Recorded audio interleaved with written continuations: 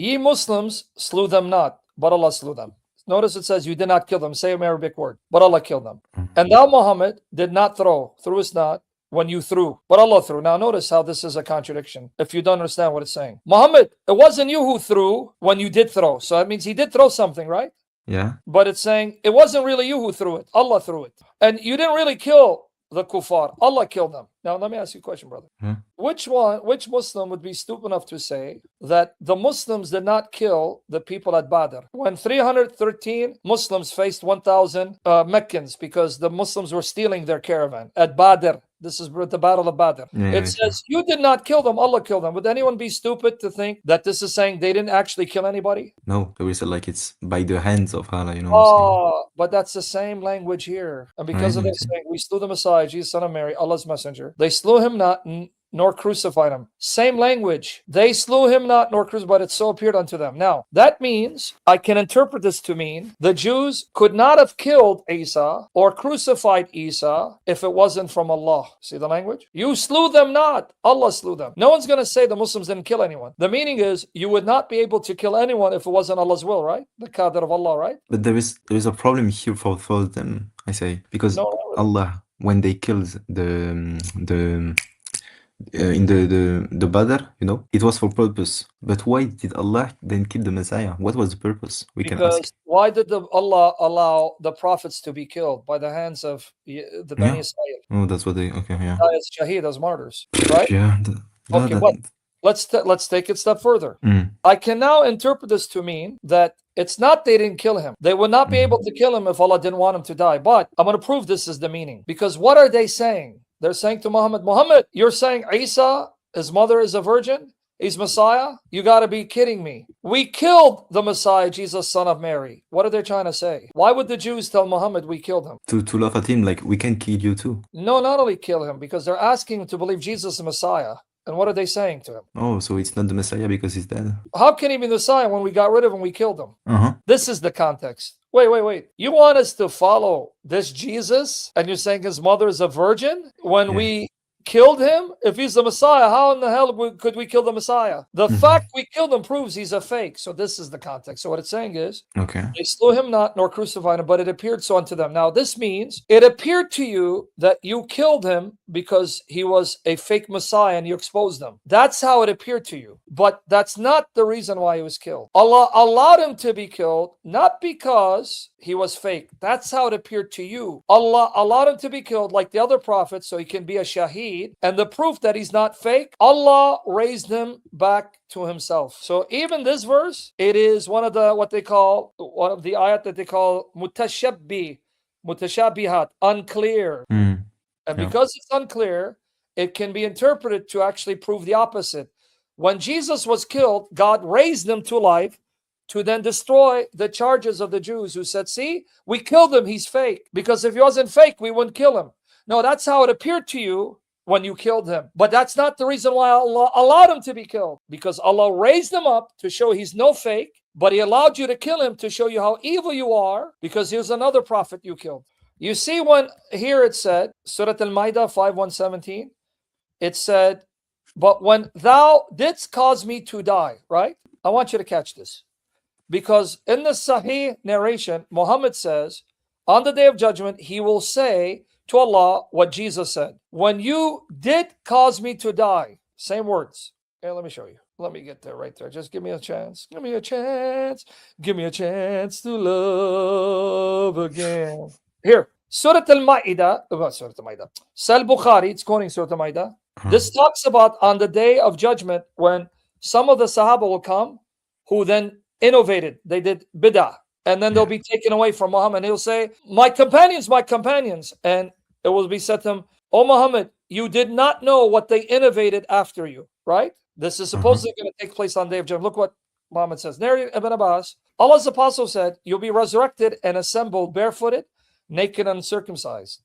The prophet then recited the divine verse, as we began the first creation, we shall repeat it, a promise we have undertaken. Truly, we shall do it. Now watch. He added, the first to be dressed will be Abraham. Then some of my companions will take to the right and to the left. I will say, my companions.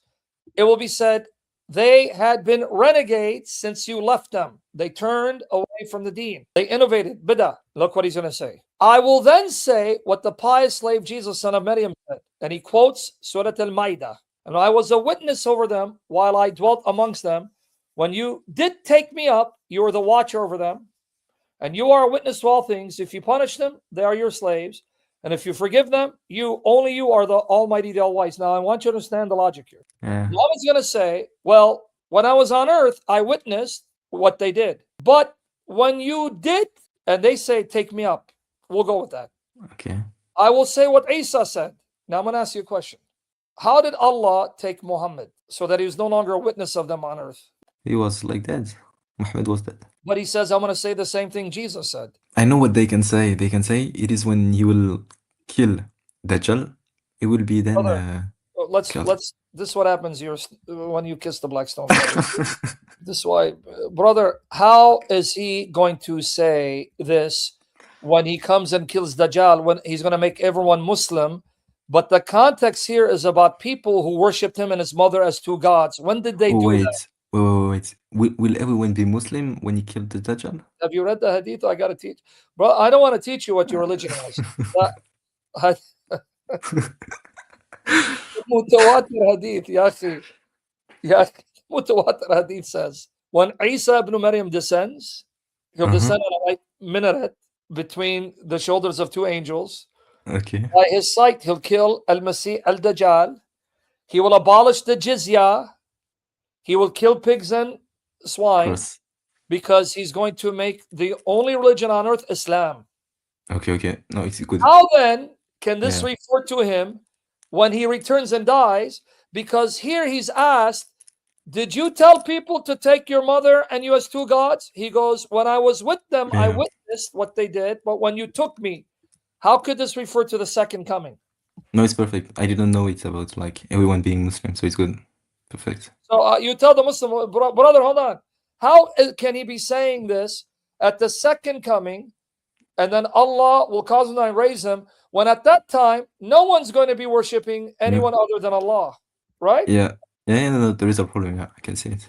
Okay, so my question is, Muhammad says, I'm going to say what Jesus said. When I was on earth, I was a witness to my Sahaba. But when you took me, tawaffaytani, you were a witness over them. I no longer witness what they did, right? And he's going to say, I'm going to say what Jesus said. So I'm going to ask you again. How did Allah take Muhammad? Like, Muhammad was dead. So he took him at death, right? Yeah. But he says, I'm going to say what Jesus said. So how did Allah take Jesus? Yeah.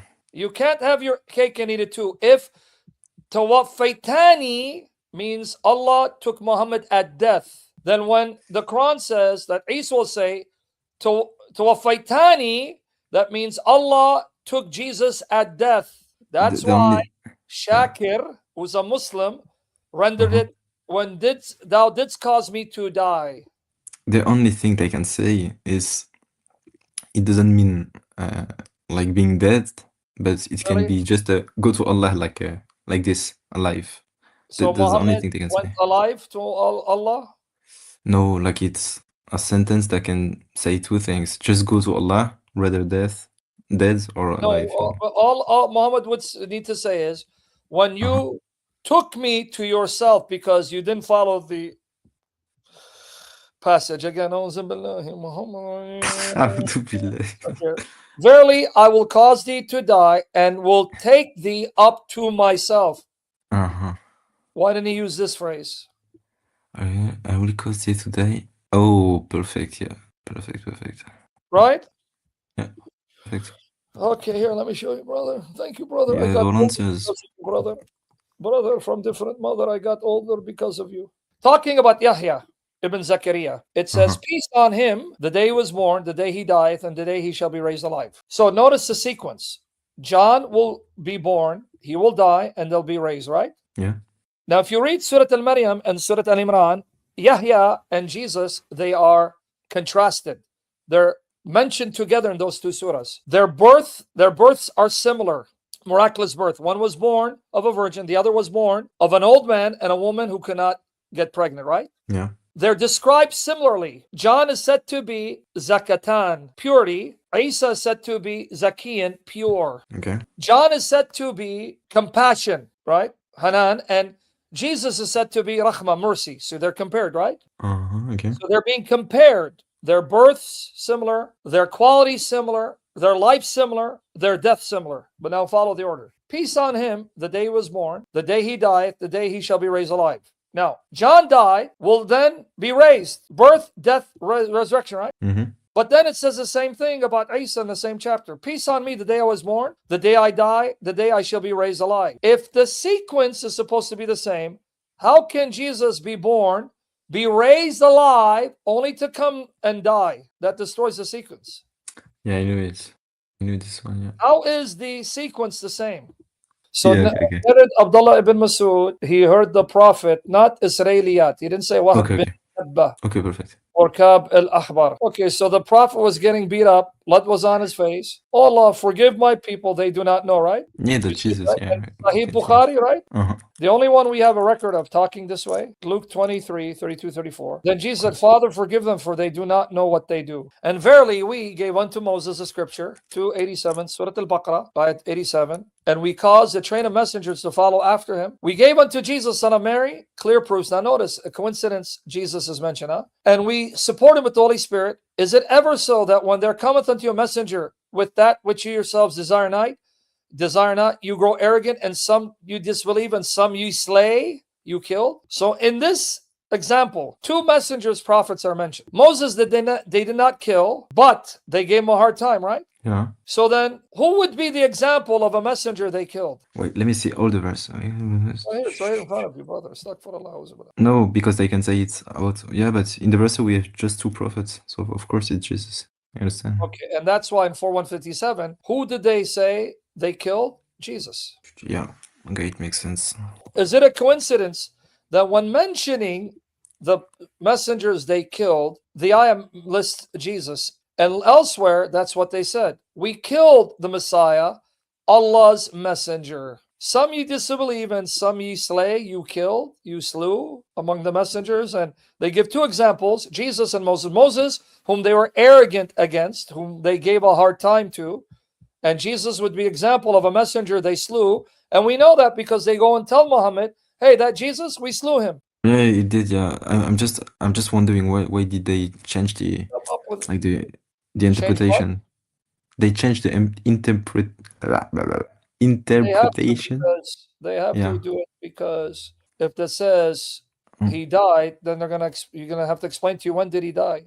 It's not referring to the second coming.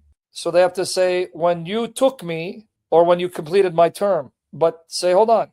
Every time when the Quran uses tawaffa with Allah as a subject, understood it, but they'll say, hold on, brother, we got you here, brother. We got you a shish kebab, shake and bake.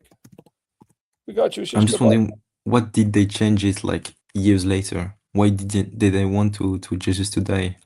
That's a good question. I don't know why later generations would want to have Jesus not dying, but I can't. That's what I'm wondering.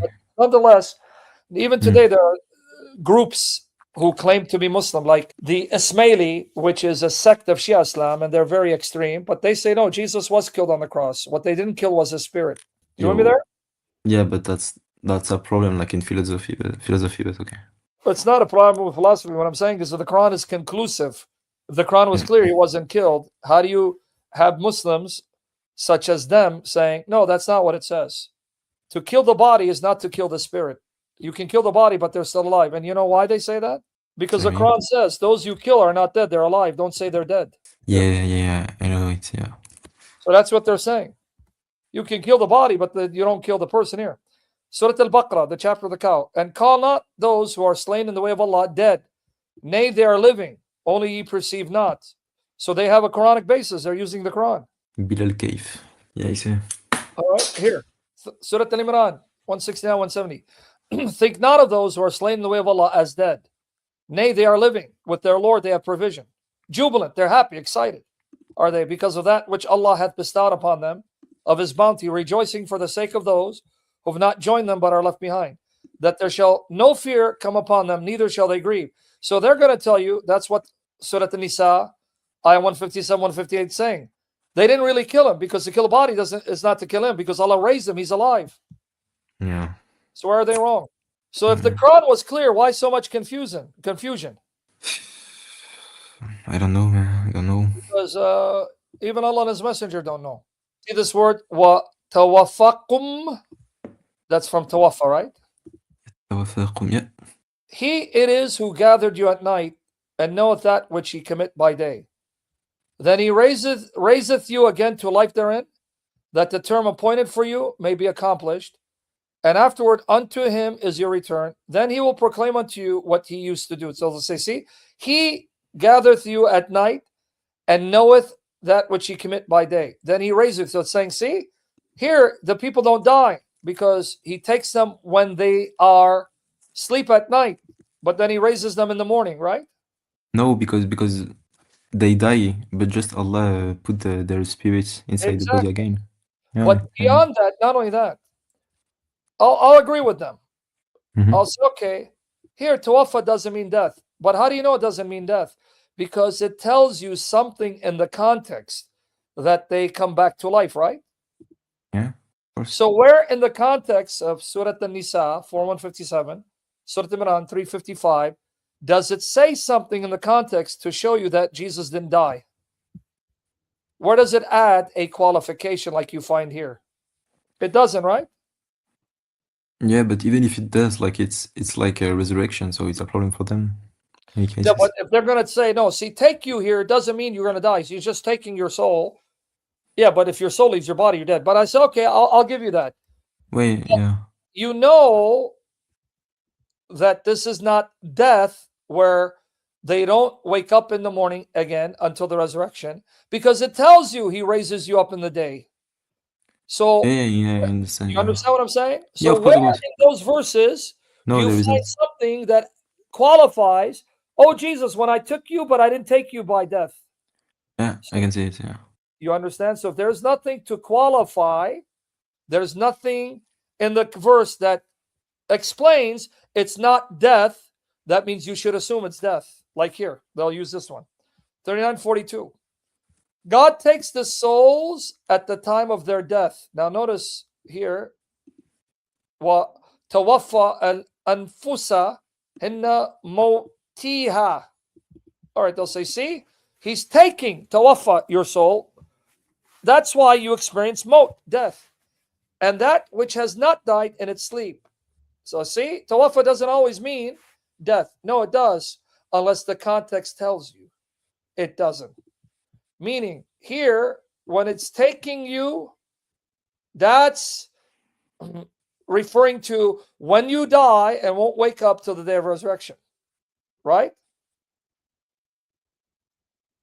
Because it says here, take the souls at the time of their death. That's when that's it. Now you've experienced maut. You're not coming back till the day of resurrection, right?